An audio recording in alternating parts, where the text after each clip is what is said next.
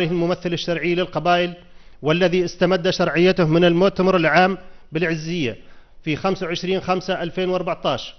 ولكل ما تقدم يعلن المجلس الأعلى للقبائل والمدن الليبية أنه غير معني بهذا الاجتماع، ويؤكد بأنه لن يشارك في أي حوارات تعقد خارج حدود الوطن إلا بعد الرجوع إلى المؤتمر العام للقبائل والمدن الليبية.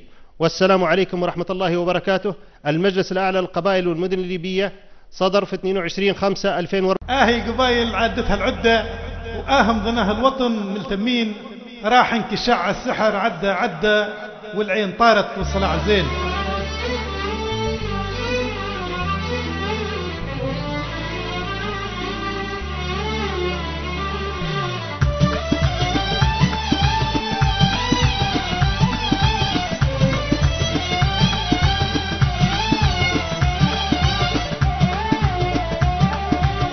القبائل